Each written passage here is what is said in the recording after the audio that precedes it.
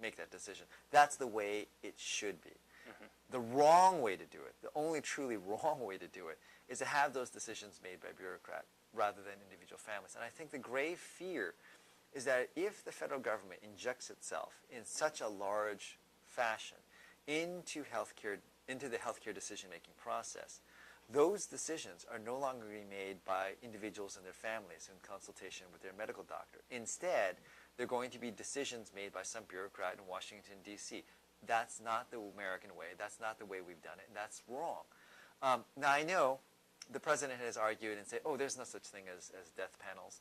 And not only they're not. The president has also articulated that, yes, we're not going to fund abortions through this. Yeah, not yet.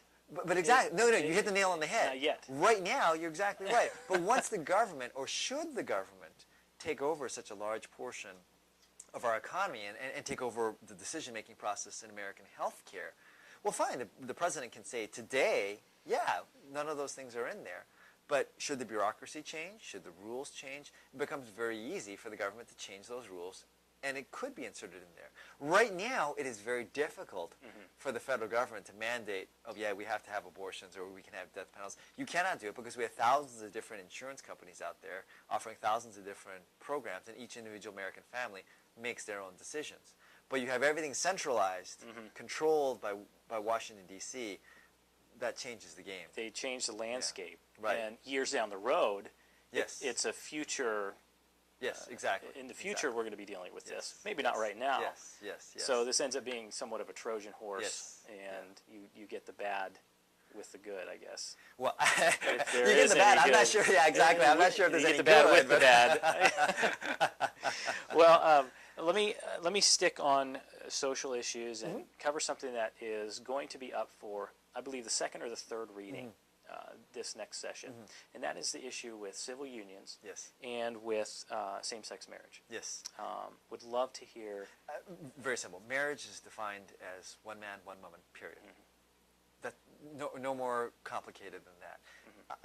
The trouble I have with what our government is doing in deciding is that if you get beyond that, if you change it from any other context beyond one man and one woman, period. And see, that's the problem. It's you ask most politicians, they'll say, well, marriage is between one man and one woman, comma, and then there's a long statement after that. Except in these instances. Yeah. And the problem with you do that then is marriage no longer becomes worth anything. It no longer becomes a clear, simple, defined institution in our society. The grave concern I have here is you start creating all these exceptions and you say, well, any consenting adults can do anything and the government should allow any set of consenting adults to do whatever they want to do. Well, if that's the case, well, then the next logical step is well, what about bigamy? What about polygamy? What's wrong with all that? If you have 3 or 4 or 5 consenting adults agreeing to enter in some sort of that relationship, well, why not?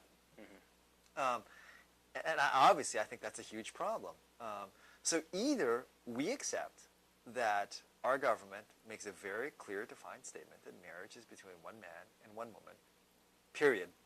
No comma after that. Or you then just have to let the floodgates open and just say, well, any consenting adult can do anything. And of course, once you go down that path and consenting adults can do whatever they want, we completely destroy the moral underpinnings of our nation. it's a very, very hot topic right now, and it's going to be up for, is it the second or the third reading? Well, actually, it's past what the situation here is looking at January 2010 when the legislature convenes again. It is past the State House and is in the State Senate. And so it's in the State Senate's hands. The State Senate could advance it, and then, of course, it would go on the ballot, because I think they're looking at a constitutional amendment. Or, excuse me, they're looking at they're looking at a bill.